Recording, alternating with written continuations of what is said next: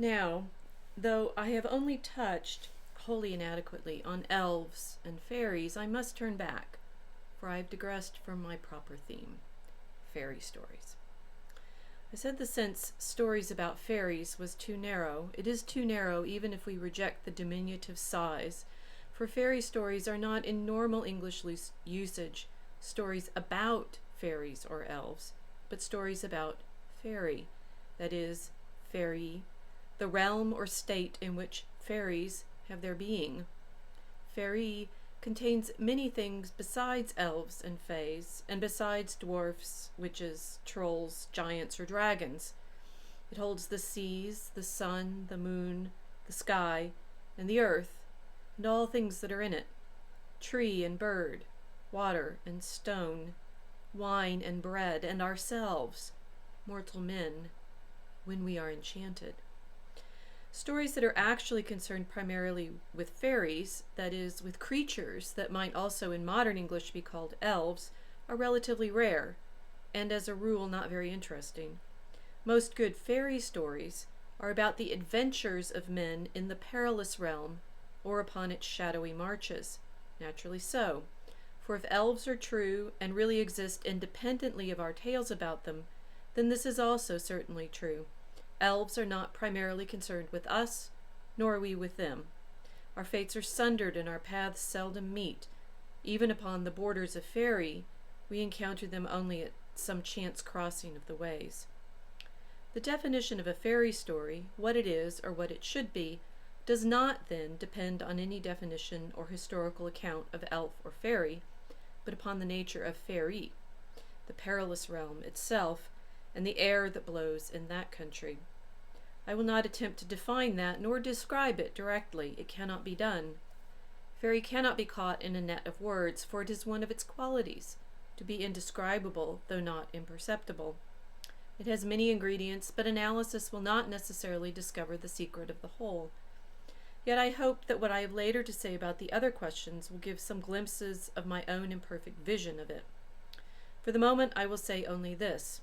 A fairy story is one which touches on or uses faerie, whatever its own main purpose may be, satire, adventure, morality, fantasy.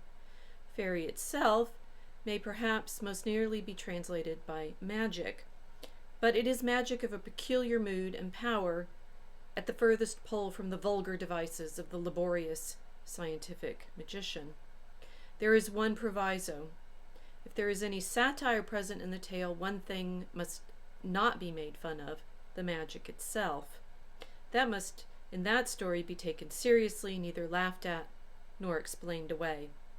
Of this seriousness, the medieval Sir Gawain and the Green Knight is an admirable example. Welcome. I'm Professor Rachel Fulton Brown, and this is The Forge of Tolkien. Welcome to Faërie. Do you want to be here? I do have to admit this is going to be a little bit of a difficult episode for me to record. I'm missing my dog, and that is a very difficult transition for me. My dog Joy. It's also the day after, as I'm recording this, it's the day after the election, and I suppose by the time you see this, we will know. Maybe we won't.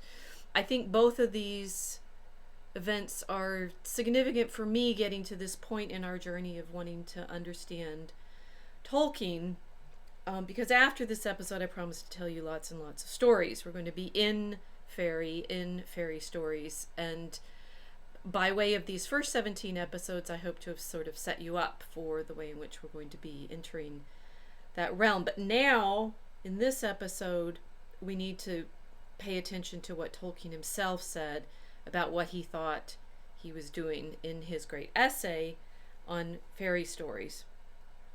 I'm fighting the impulse right now to just quit this and start over, but I think that's not the right way to go. One day I'll just do these as live streams, and it's like you're better off with live streams because you can just sort of keep going, and wherever you are where you are. But here we are now on the threshold of Faërie. And where is that? well, this essay that I was just reading from on fairy stories is Tolkien's single most famous statement of his method. I've left it for last rather than starting with it, because in fact, a lot of the things that we've dealt with all along were already in this essay. We've dealt with stories for children. We've dealt with the question of language and adjectives. We've dealt with that relationship between mythology and language. Dealt with that concept of subcreation, and introduced, if you remember way back at the beginning of these videos, the idea of eucatastrophe. But all of those were sort of sub-elements to this main question of what kind of literature Tolkien thought he was writing. Now, we learned it's insulting to children to say that these are primarily for children. There's something else going on, that there's some intimate relationship in Tolkien's imaginative work between having those languages that he was inventing, his Elvish languages, and making stories that carry those languages in some way. There's all those layers, and everything that I've set up to this point go into it. But hovering around this journey we've been taking is this question of where we're going, right? And when I was reading just now, trying to say, there's on fairy stories about Faërie. Tolkien, I tried to sort of pronounce it distinctively, but it's hard to do, because Tolkien is making a typographical difference between Faërie, Fairy, and this his own made-up word, I think, Faërie, Faërie. I don't know how he's meaning to spell it. Fae umlaut Rie, and there he wants to say there's a difference between stories about particular kinds of characters, fairy stories, as stories with the fairies or elves, and we'll talk more about elves, I promise. There's still lots to come, but this sort of setting problem has been our purpose up to this point in the videos. Again, I do apologize. I'm very, very tired right now, and I'm trying to stay focused. A difference between fairy as the kind of characters that you're going to encounter when you enter the story, and the place where you are, this realm. What realm are we in? What realm are we aiming at? Where do we want to be? Well, this and also my husband's home, and so I'm completely distracted from making the magic spell this time, and maybe I just need to have one bad video so I know you guys trust me and you'll stick with me, even though this is really, really hard. This essay was given first as a lecture in 1938. It's the famous Andrew Lang lecture. Tolkien explains it in his preface that this essay was originally composed as an Andrew Lang lecture, and was in shorter form delivered at the University of St. Andrews in 1938. So soon after The Hobbit was published. And Tolkien, therefore, in draft form, he says it was in a shorter form, in draft form was trying to explain to himself and to his listeners at St. Andrews what he thought he was accomplishing with The Hobbit. But his publishers, as we know, were also already encouraging him to write more about hobbits, and he's trying to sort of lay the ground, literally, in this realm question for, well, what would a Hobbit sequel look like? What was I doing in The Hobbit, and where was I going with that?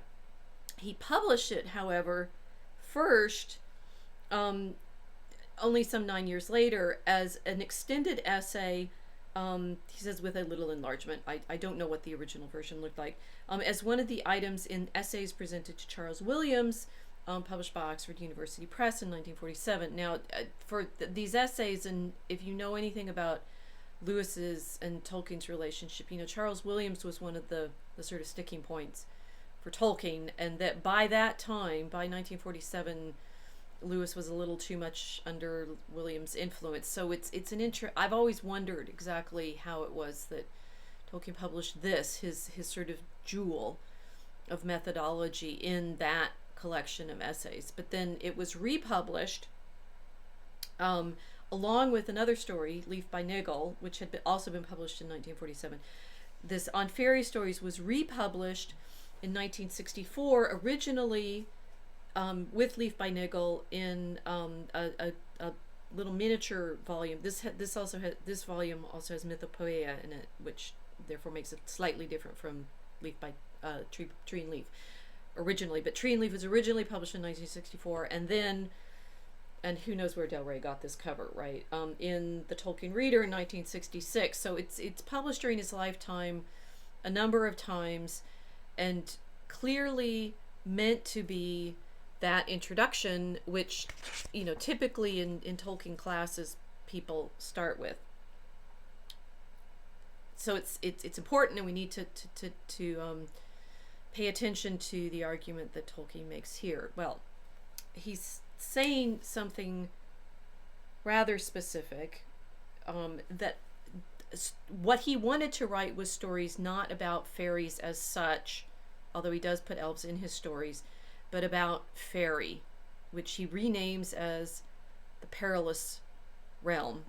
But then he dives into all of these different problems about, well, you know, sort of fairy stories are this and that, fairy stories are. He says, I mean, Sir Gawain and the Green Knight is a good example of a medieval poem in which the magic is taken seriously and you do something significant with it, but there's no making fun of it. There's no winking at it.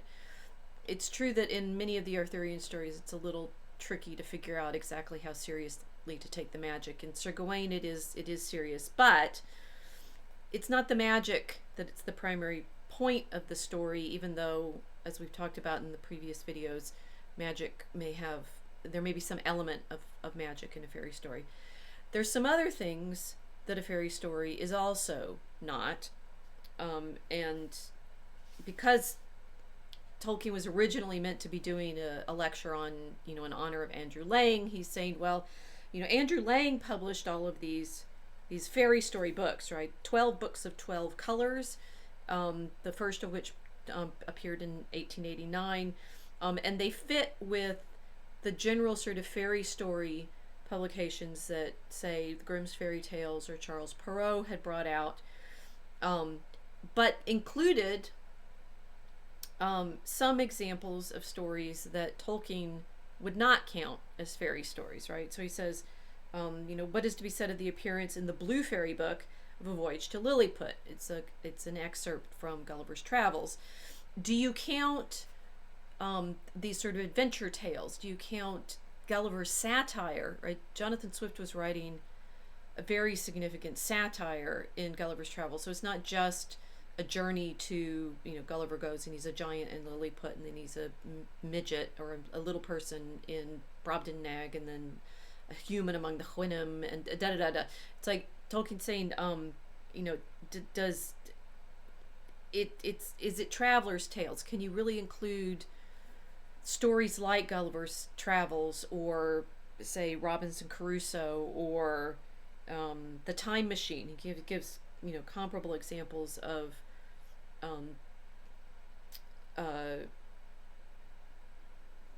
H.G. Wells, right, and your meeting Morlocks and Eloy and so forth, and Tolkien says no. The magic of fairy is not an end in itself, and it's not just, you know, to go travel, right? So he's saying Gulliver's Travel is not in fact a fairy story, and neither is The Time Machine, and these don't fit in the category in Tolkien's version of things, of the things I want to be talking about as fairy stories. Nor, and this is sort of funny if you think about how much time we spent, and I forget what number lecture it is, but talking about the dream visions, that the dream travel that Tolkien explored through the Notion Club papers. Nor does Tolkien say in this essay are fairy stories in fact dreams, right? It's like he's saying there's something not just about reporting marvels, which travelers' tales do, nor is there in a fairy story just this illusion of dreams, right? He says, if a waking writer tells you that his tale is only a thing imagined in his sleep, he cheats deliberately the primal desire at the heart of fairy. the realization independent of the conceiving mind of imagined wonder. So if with the Traveler's Tales, there's the problem that we want to hold communion with other living beings, other living things. So it's not simply enough to travel around and look at stuff. But it's not also enough to have that sense that it's all matey up, right? It's, and this sort of, he's unpacking it, and as we are used to with Tolkien now, right? Some concepts come in before he's unpacked them, and he unpacks them later, and then you realize what he's been dealing with all along. But the imagination is somehow key here. But it's not just imagining marvels that you might encounter on a journey, and it's not just making stuff up and then saying, aha, it's all made up, as you would if it was a dream, right? Neither is it, and this is significant because he says there are other stories in Andrew Lang's collections that, you know, show up in the fairy books, but Tolkien doesn't count as fairy tales. Neither are there beast fables, right? And this, I think, it's one of the things that makes Tolkien stories radically different from Narnia, which is the talking animals, right? And I don't know of Tolkien ever saying anything directly about Narnia other than it just feels like he didn't think it was... he did like the space trilogy, I think, more. But Narnia, I think it may have been the talking animals that made him most frustrated, because it's...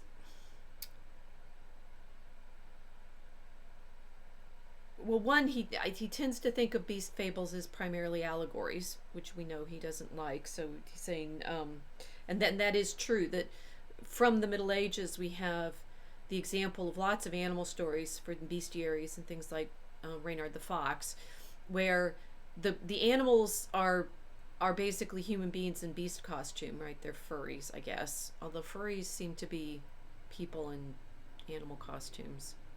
I'm not sure which way that goes, but a proper beast fable is probably some kind of moral lesson, and therefore the animals aren't truly animals and they're not truly human beings. And as far as Tolkien is concerned, because they're allegorical, that deprives them of that certain essence that he's trying to get at, which is this fairy, right, thing. So we've done this over and over and over again.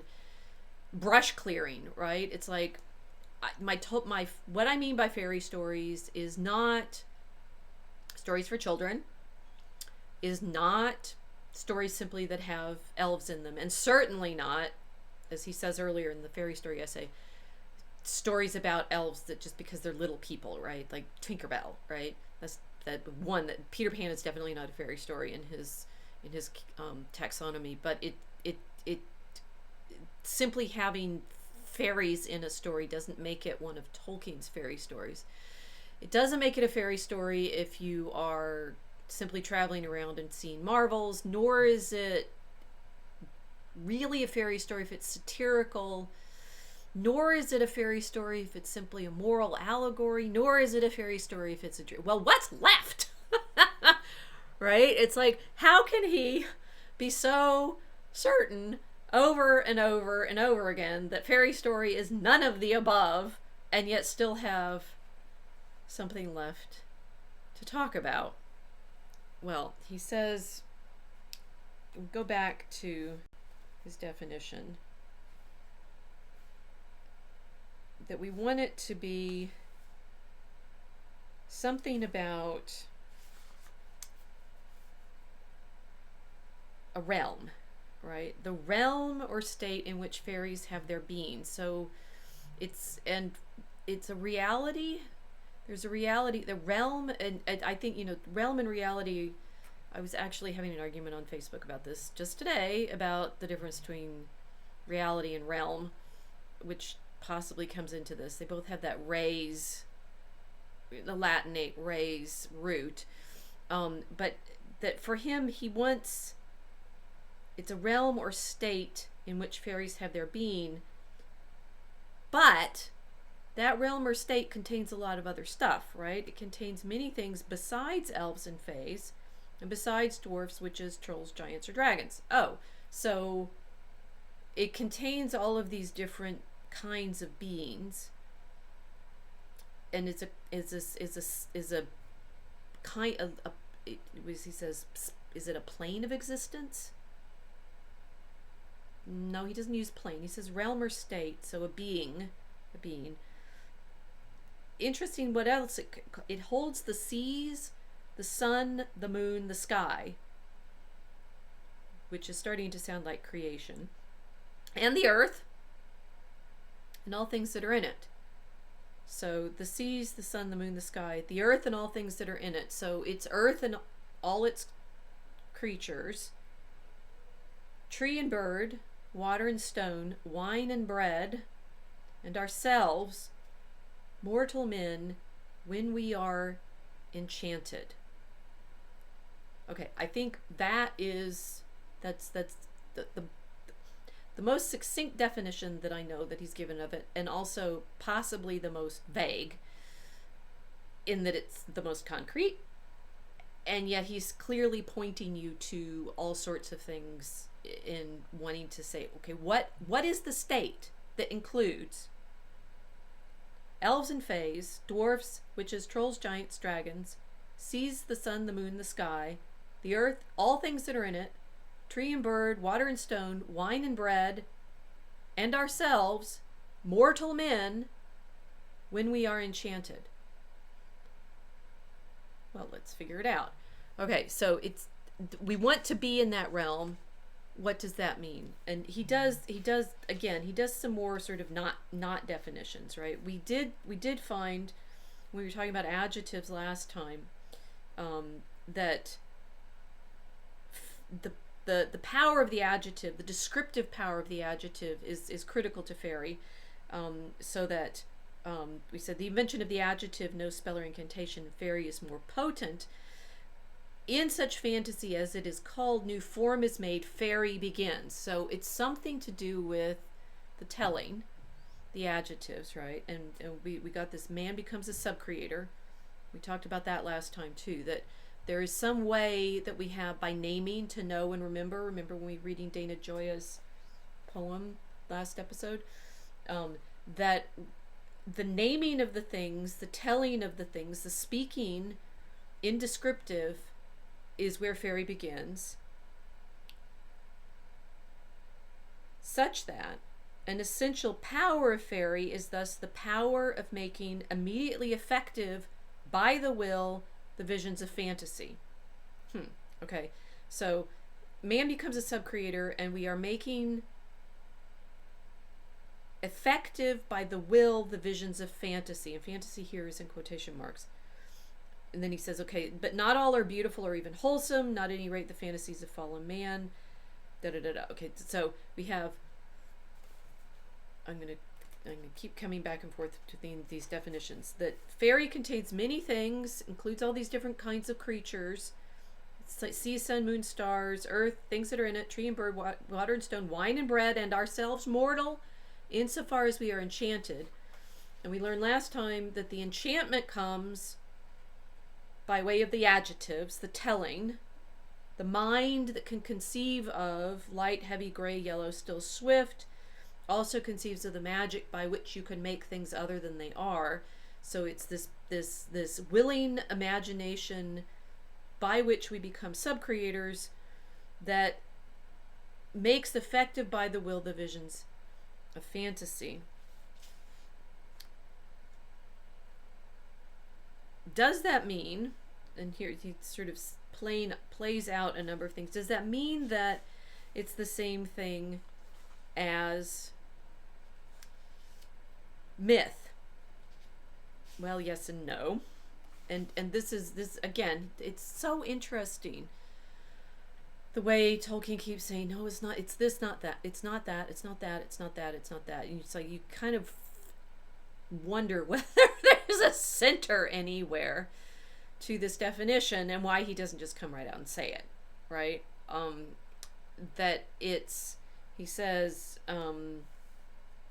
the adjective thing, we've talked about this last time, and I'm pulling together a lot of threads here because I realize I've been drawing you into this problem of fairy stories for however many videos now, right?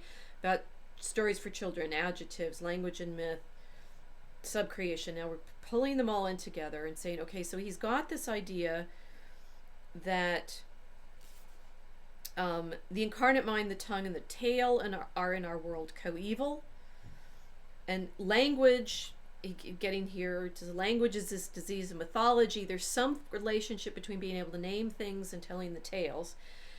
And then he gets to this, oh, but that's not quite it either, right? Because it's not really mythology. There's his fairy story. Do I mean mythology? Well, yes and no. Something, right? And he's getting this something really higher is occasionally glimpsed in mythology. Divinity, the right to power, the due worship, in fact, religion. Andrew Lang said, and is by some still commended for saying, that mythology and religion are two distinct things that have become inextricably entangled, though mythology is in itself almost devoid of religious significance. Okay, yet more entanglement, which he's trying to retangle up, but again, this is not quite it. Even fairy stories, right? And this is, I think he's worked you up to this, but not truly laid it out, because we're still dancing around that thing about how fairy is actually a reality that we as mortals participate in when we're enchanted, and how that works.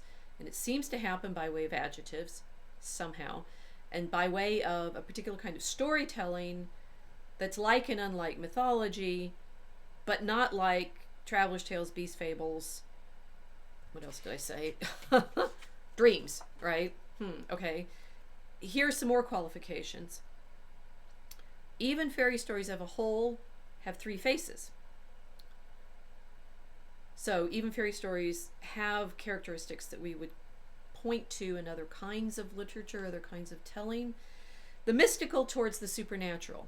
Okay, that's just come out of, it's literally come out of the blue in his conversation. He's been trying to talk about the gods and where the god stories come from and the mythology, but bang, here we are, the mystical as related to the supernatural, saying there is something about, in more proper religious vocabulary, contemplation, mysticism, it's the supernatural, the above the natural. But aren't we talking about fairy stories with elves and such being in this world? And okay, again, I do think he's doing something very like clear and significant here, but it's so interesting how he just won't say it.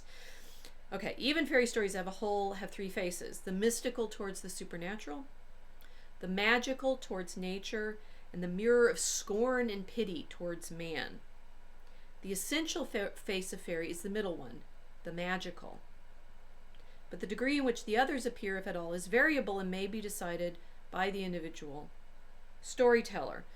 Okay, now remember, back in the passage I read at the very beginning, he has this thing about fairy may perhaps most nearly be translated by magic, but only in a particular way and not if you make fun of it. And here he's saying, oh no, the essential face of fairy is the middle one, the magical one. But if you remember from our last several episodes, he hedges around that an awful lot, saying, well, the elves don't really do magic because in fact what they do is just love the materials they work with, and the mortals think, the hobbits and the men think of what they're doing as magic, but it isn't really. But now we have here on fairy stories that, oh, in fact it's magical. Okay, so on the one hand we have not beast fable, traveler's tales, or dreams, except for all of those things can happen in Tolkien's story. We go on a journey. We don't really have talking animals that much. We have dragons and eagles. I guess flying things talk. I don't know. And we do have dream problems that Tolkien sets up for himself by way of his understanding of time travel, right? Now we have him saying fairy story is something close to mythology, but not quite. Something close to magic, but no, not really. Something close to morality, scorn and pity towards man, but not quite, because it's not really from the elves' perspective. And when we're looking at man, it can have a number of different views. Okay. He wants there to be something in these stories that is real, and he is not sure how to say that, right? Okay, so we have, sorry, I have something in my notes. All right, moving on.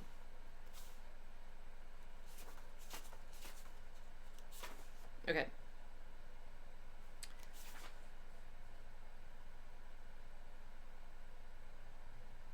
I'm in the essay. I've just skipped over the part where he talks about why these stories are not just for children, right? It's a confusing essay to read.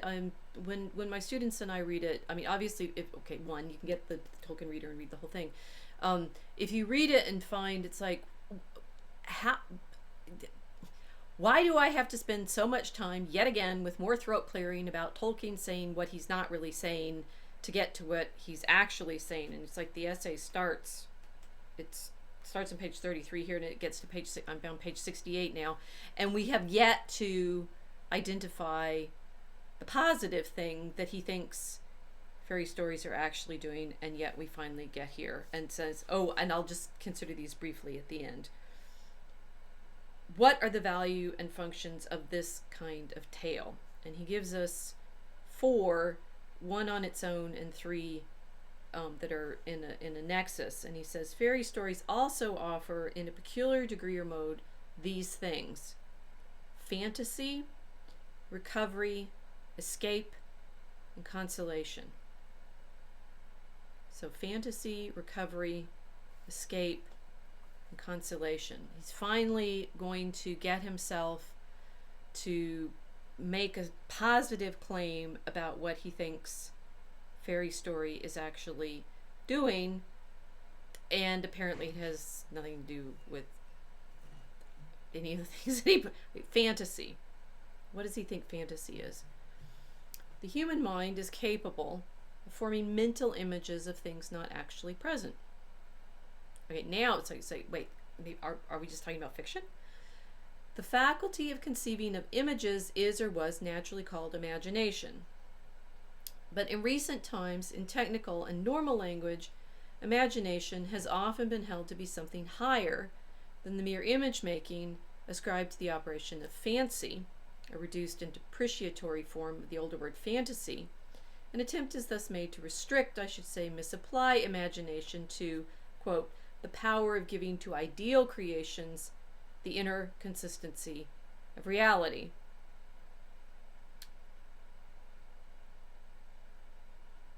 So there he's saying this is, we used to talk about this capacity of the mind to make images of things not actually present, and now we reduce it to this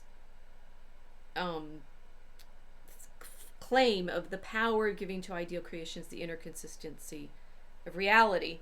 Ridiculous though it may be for one so ill-instructed to have an opinion on this critical matter, I venture to think that the verbal distinction philologically inappropriate and the analysis inaccurate. The mental power of image making is one thing, or aspect, and it should appropriately be called imagination.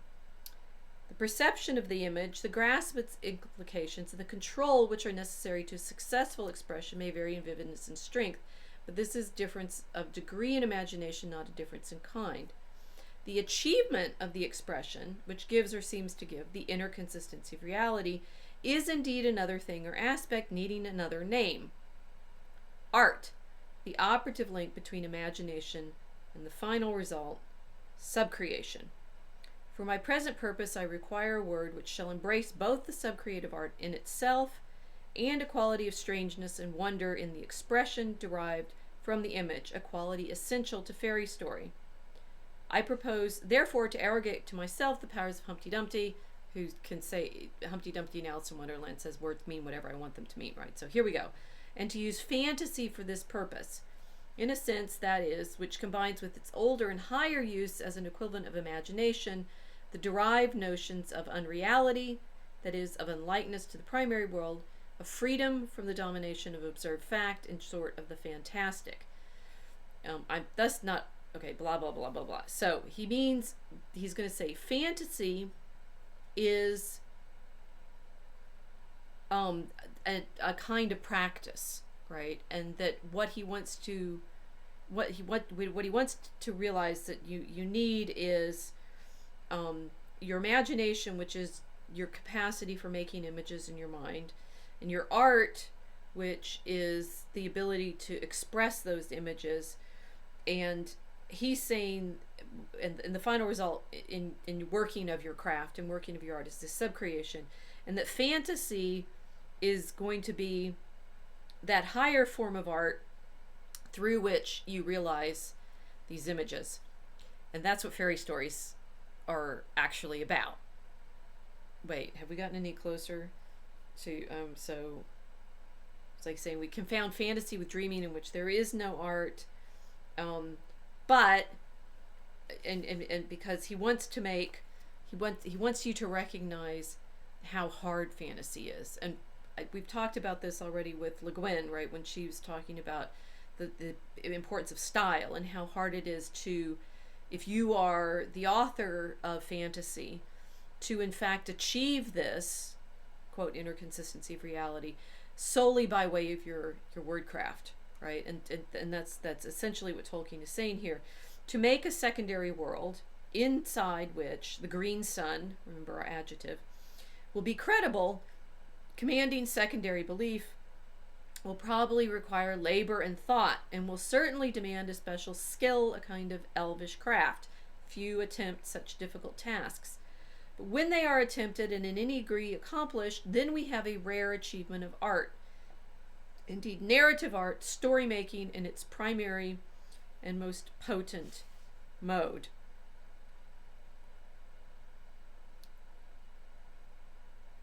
And in this context, he says, I'm not sure that he's not really just saying the same thing over and over again. Art is the human process that produces, by the way, secondary belief. And this is what enchantment is, right? Enchantment produces a secondary world into which both designer and spectator can enter to the satisfaction of their senses while they are inside. And this is, in his definition, what makes it different from magic, which he says right here produces or pretends to produce an alteration in the primary world. Okay, so now we've suddenly got this. Fantasy is a species of art by which you take from your imagination images that you make, and adjectives are the best way of appreciating the sort of power of this exercise, taking things that you, not just trying to describe stuff you see in the primary world, but take things that have qualities, saying the Aristotelian terms, the qualities of greenness, and apply it to sun, and translate that through your fantasy, through this skill that you have, which is very, very hard, into the secondary realm, Faërie, which you now believe that you inhabit by way of this enchantment, which is still the same world that you inhabit with the sky and the seas and the sun and wait, is it different or the same? This is, I mean, you realize Tolkien, he's constantly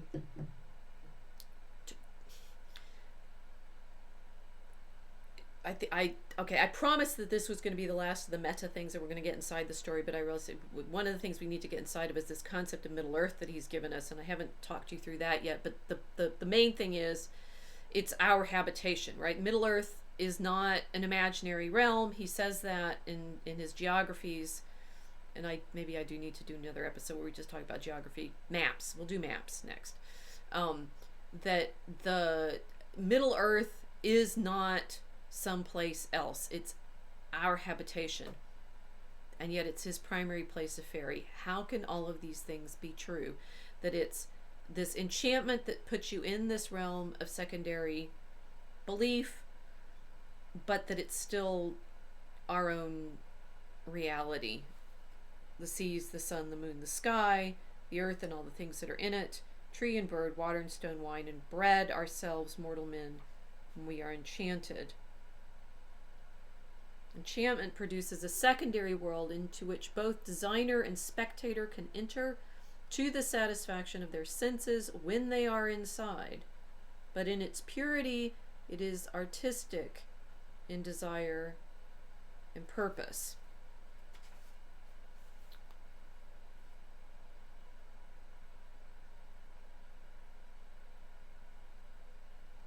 It's at this point in on Fairy Stories essay that he quotes this excerpt from Mythopoeia, which we talked about at the very beginning, on trying to say, we do what we make still by the law in which we're made, but he's still not defined fairy. He still doesn't know how far to go with this. It's our world, but it's not our world. It's enchantment. We participate in it as mortal men insofar as we are enchanted. It's not magic. It's not dream. It's not talking animals. It's not just marvels of story. It's this thing I want desperately to be real, that we somehow inhabit by way of words. But, okay, so he does say, and here at the end of this exercise, he's saying, you can put it to evil use. Men have conceived not only of elves, but they've imagined gods and worshipped them, even worshipped those most deformed by their also own evil. But it's still our right? We make still in the image and likeness of the maker in which we are made. Okay. Why do we do it? And this is our, so we've got this idea of fantasy in the realm. It's difficult, art, enchantment, and then saying the result of fantasy, of fairy stories, is recovery, escape, and consolation.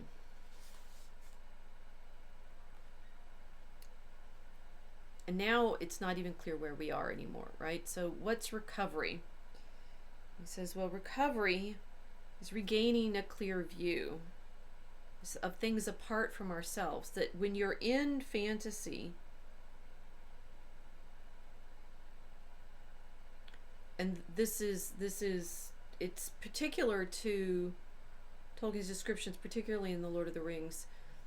Are you actually in a realm that's other than the one that we inhabit, with its rocks and trees and stones and so forth? And he says, no. What happens in fairy stories is we should look at the things that we think we know and find out that we didn't already. We should look at green again and be startled anew, but not blinded by blue and yellow and red. We should meet the centaur and the dragon, and then perhaps suddenly behold, like the ancient shepherds, sheep and dogs and horses and wolves.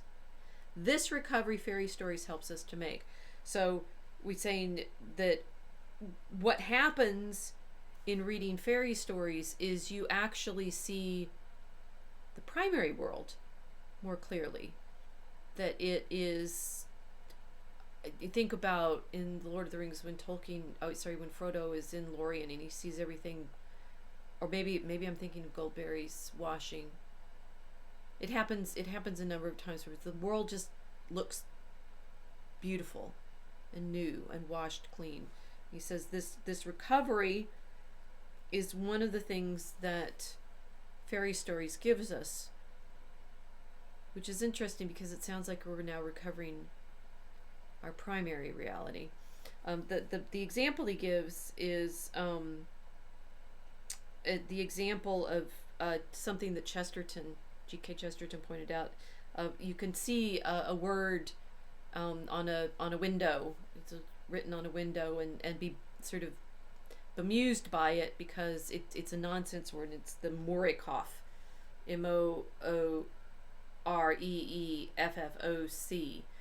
and then realize that what you're seeing is the coffee room backwards, right, from the other side. And Tolkien is saying, well, this recovery that fairy stories gives us, remember, yet again, he's still not really described what fairy he thinks fairy is, and yet telling us that somehow fairy enables us, by way of its enchantment, to see our ordinary world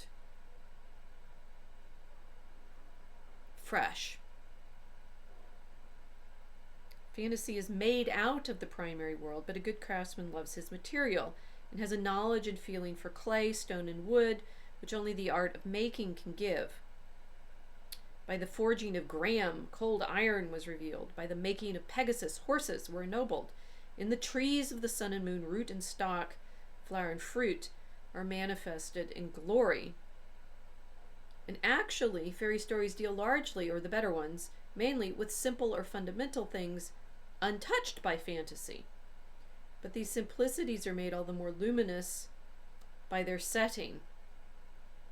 Again, it's like he's tried to make it sound as if, okay, it's actually all this fantasy is the art is really hard to accomplish, and you end up in that place where most fantasy writers, as Le Guin cautioned them they shouldn't do, start using words like ichor and chalcedony and smaragd and the fancy words that you need to describe that thing that's not just part of our own world. But wait, now we're suddenly plunged into this argument that what we get from fairy stories is plain old reality. For the story maker who allows himself to be free with nature can be her lover, not her slave.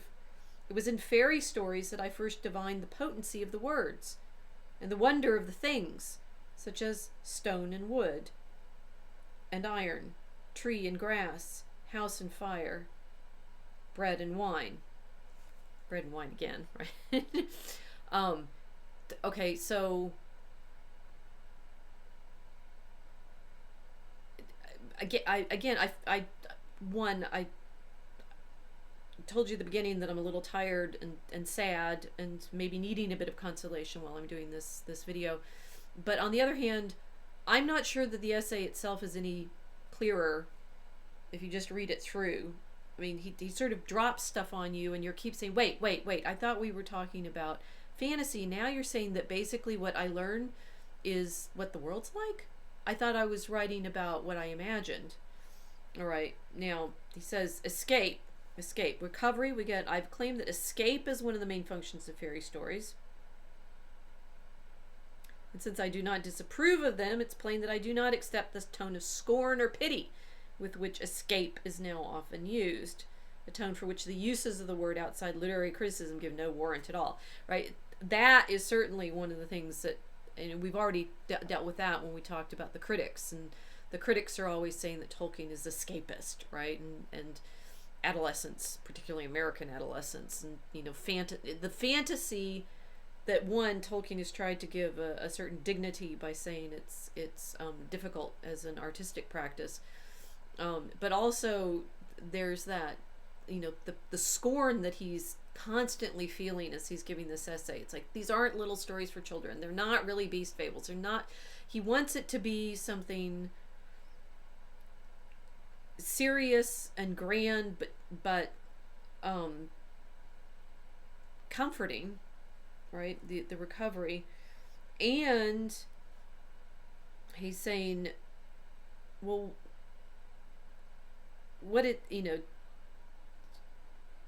why wouldn't we want this kind of story? In what the misusers are fond of calling real life, escape is evidently, as a rule, very practical and may even be heroic. In real life, it's difficult to blame it unless it fails. In criticism, it would seem to be the worse the better it succeeds. Evidently, we are caught by a misuse of words and also by a confusion of thought. Why should a man be scorned if, finding himself in prison, he tries to get out and go home? So think about that. The number of times, it's like if you read a lot of fantasy literature and everyone just says it's escapist, right? What does that mean? Well, a lot of fantasy literature, and I can't admit to have read a lot. I read, a fair amount growing up in high school and in college, and I haven't read that much since then. But Robin Hobb, I read a bunch of hers, and those are grim stories, right? That's really difficult stuff. I mean, escapist doesn't know, a fantasy setting with magic and a different land and talking animals. And the Robin Hobb stories have the dog. I'm thinking about dogs a lot, aren't I, today? talking animals. I wish my animal was here to talk to. Sorry. That Tolkien, would he count those as fairy stories? Would he count that as the kind of escape and recovery that he is thinking about? When in fact, reading those stories can make you feel quite trapped and alone. Certainly Hobbes stories did for me. But here he's saying, escapist. Well, what are we trying to escape from when we are writing or reading fairy stories? Well, what would you want to escape from? And here, it is accurate. He's saying, we want to escape from modernity. He gives the example of Chesterton saying, anybody who says electric lamps have come to stay, should remark, well, no, that's usually a indication that they're basically on the way out, right? The come to stay, the inevitability of modernity is one of its tricks, one of its spells, if you will. And if you what you want to escape from is that grimness, that doom, that expectation of, well, whatever it is, whatever is going to happen with the election, you'll know by the time maybe you're watching this what happened. I don't yet. That Tolkien is making here an argument for the escapist in this sense. Fairy stories, at any rate, have many more permanent and fundamental things to talk about, lightning, for example, rather than street lamps. The escapist is not so subservient to the whims of evanescent fashion as these opponents. He does not make things which it may be quite rational to regard as bad his masters or his gods by worshipping them as inevitable, even inexorable. And his opponents, so easily contemptuous, have no guarantee that he will stop there. He might rouse men to pull down the street lamps. Escapism has another and even wickeder face. Reaction. Oh. So now we're saying that fairy stories, they give you a recovery of the sense of trees and rocks and the earth and animals, even dogs. And they may enable you to have a reaction against the inevitability of progress, the inevitability of the machines, the inevitability of history, I guess. Remember, Tolkien's writing in 1938 and then published this in 1947. Consider what happened in the middle between 1938 and 1947. That he is, even before the war started, at least that war, well, hopeful? Is it hope? Exactly.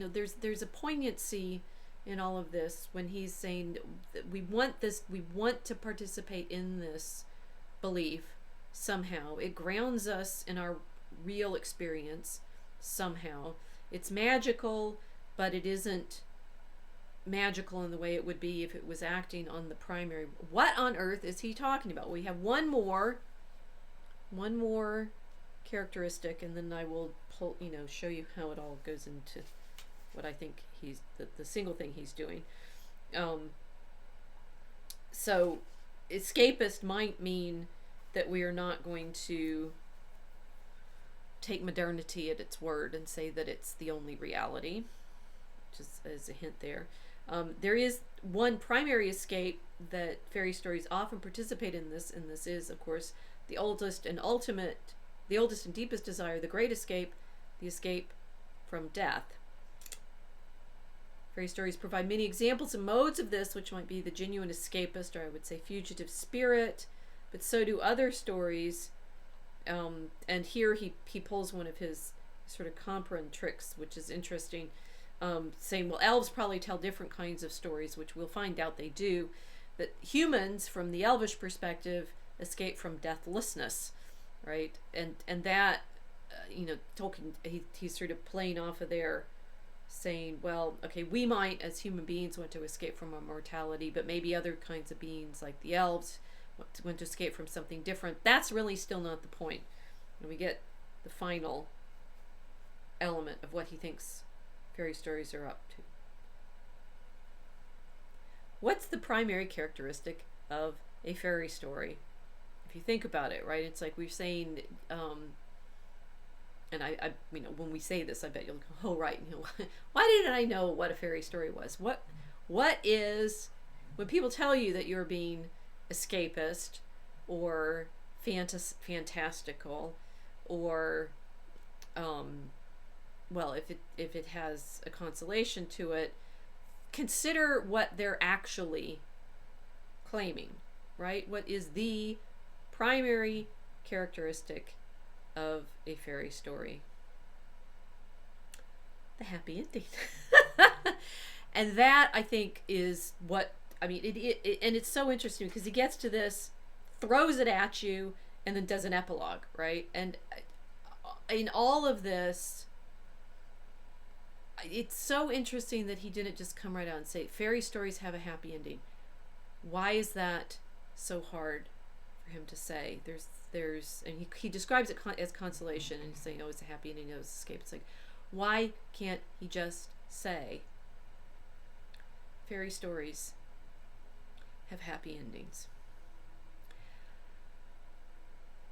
And now I'm nearly crying, right? And that's one of the interesting things about fairy story for Tolkien, and I think for the truth that he was really, really going for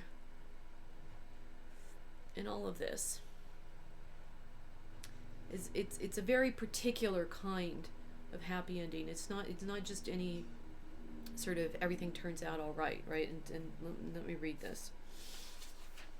The consolation of fairy stories, the joy of the happy ending, or more correctly, of the good catastrophe, the sudden joyous turn, for there is no true end to any fairy tale. This joy, which is one of the things which fairy stories can produce supremely well, is not essentially escapist nor fugitive. In its fairy tale or other world setting, it is a sudden and miraculous grace, never to be counted on to recur. It does not deny the existence of discatastrophe, of sorrow and failure. The possibility of these is necessary to the joy of deliverance. It denies, in the face of much evidence, if you will, universal final defeat, and insofar is Evangelium, giving a fleeting glimpse of joy.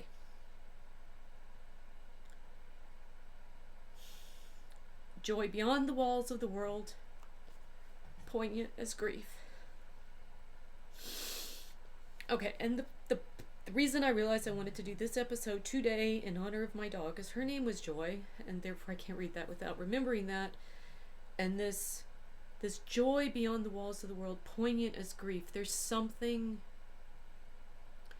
critical to what Tolkien famously calls here this moment of eucatastrophe, and that's everything to him about the fairy tale. We've played with all of these different problems of it's the realm, it's the journey, it's the escapism, it's the language, it's the magic. It's not. No, it's grace. And it's so deeply embedded in his desire for that reality in which grace operates, which does not save you from grief, but which bursts open the walls of this world.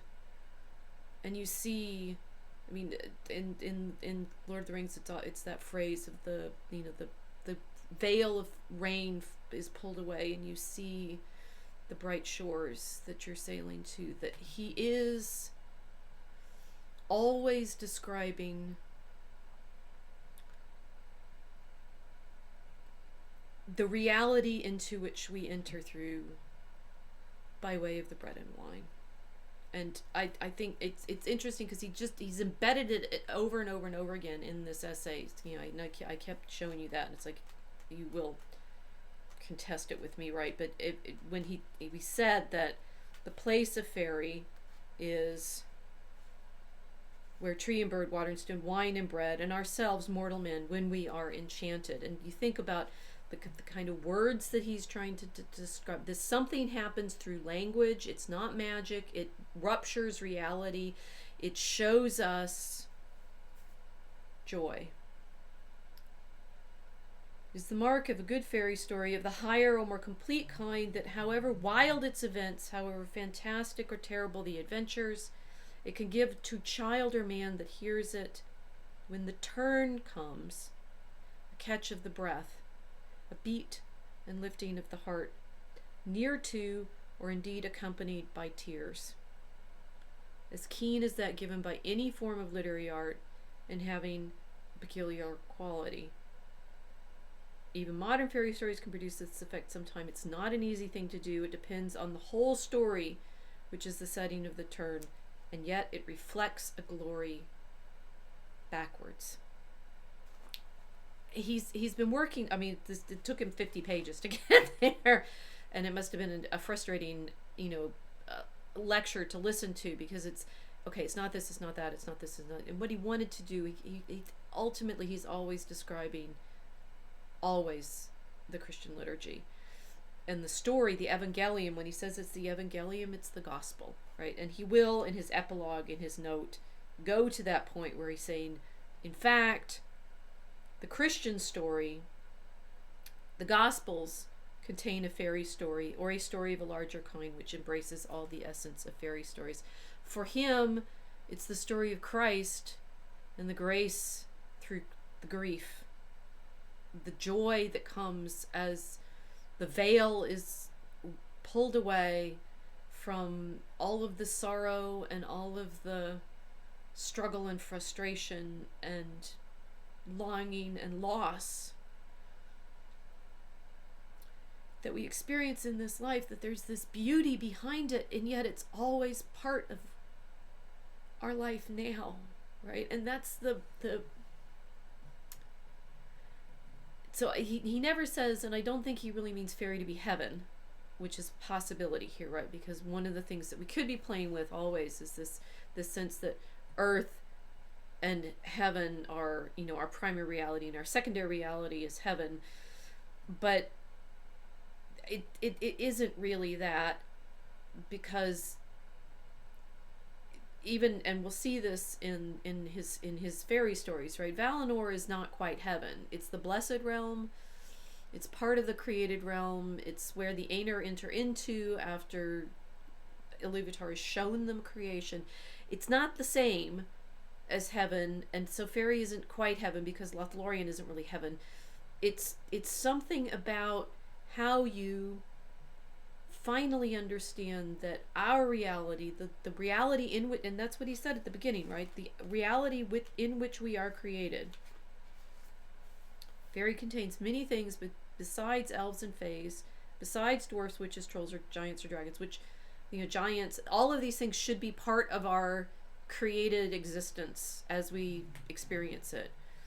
But it holds the things that are most real to us, the seas, or should be, if we can recover them and see them with the eyes that can name them yellow sun, green sun, name them both as we see them and as they could be, but as they really are in some way, because we are, with our incarnate minds, able to tell stories about them. All of this just floods in, right? Once you finally get to that point where you realize the eucatastrophe, the happy ending, that joy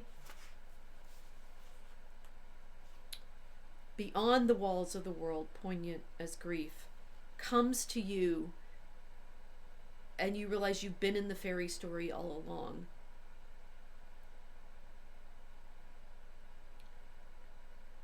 With tree, bird, water and stone, wine and bread of the Eucharist, of the Mass, of the liturgy, of the gospel, and ourselves, mortal men, when we are enchanted. When are we enchanted? When are the words, the magic words that aren't magic, spoken over us? Well, I talked in previous episodes about the poetry and the language and the joy of the singing, right? That he's that beat and uplifting of the heart, near to her, and indeed accompanied by tears. How difficult it is what is it like to have a story that makes you know that you're part of the reality of creation, right? He says,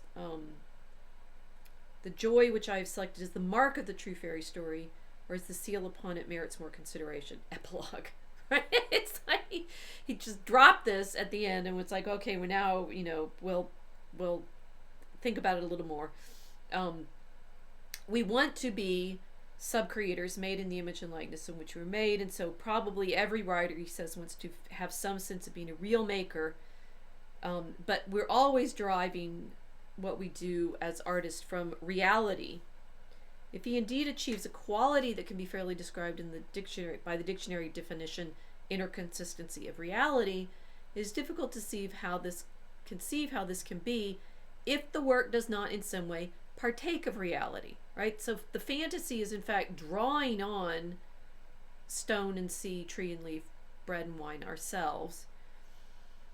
The peculiar quality of the joy in successful fantasy can thus be explained as a sudden glimpse of the underlying reality or truth, right? And notice this. I think if you pay attention to yourself, I find this all the time, right? If I'm writing and I get to that point where I've said something that is truer than I've been able to allow myself to acknowledge previously, I burst into tears.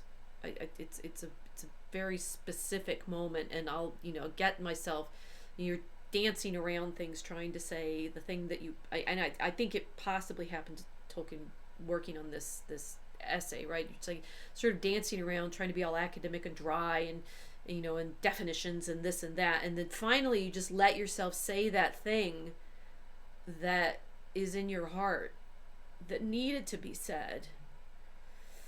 That turning, that joy that comes only through willingness to enter into the grief. A sort of surrender and loss that then allows you to realize that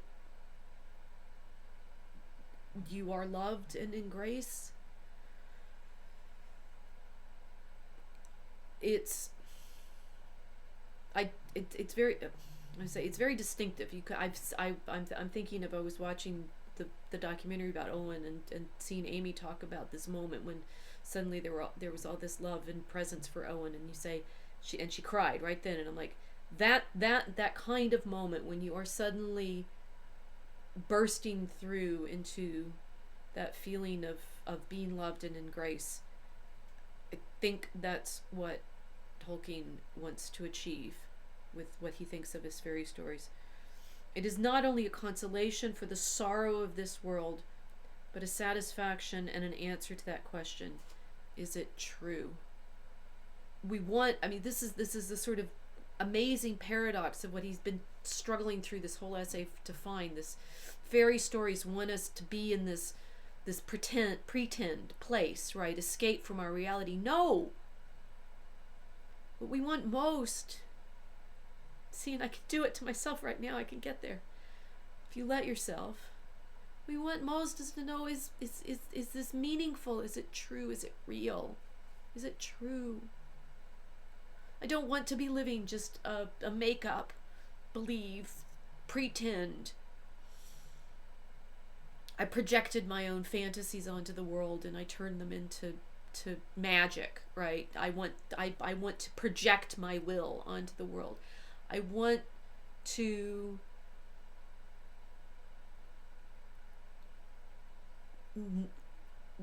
know that I am there in God's reality, in the creation.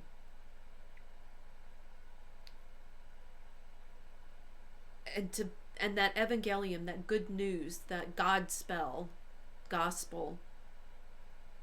that we have access to by grace. So he wants us to get to that place through the fairy stories, and it's there and it's gone just like that. I found, you could feel it when you're very, very close,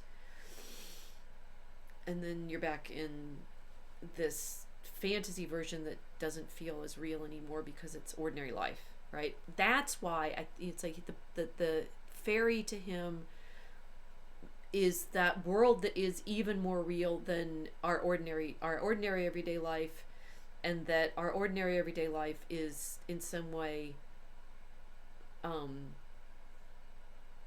out of touch with reality.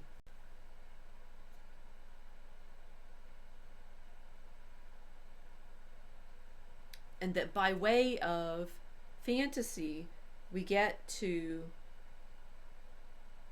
the art that has the supremely convincing tone of primary art, that is of creation.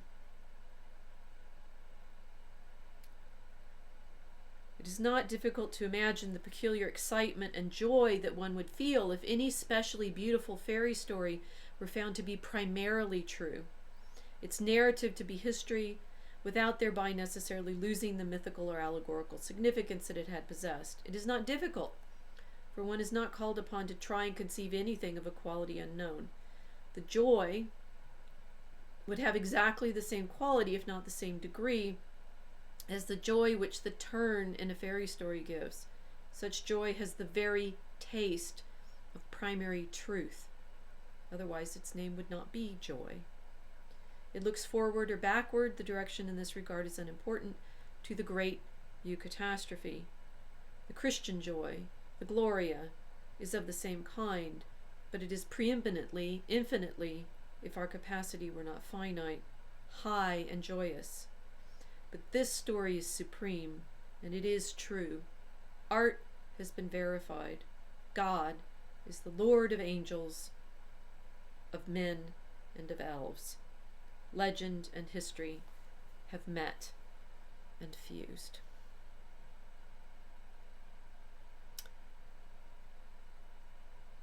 Next time, we enter into the story. Thanks for joining me. To be continued.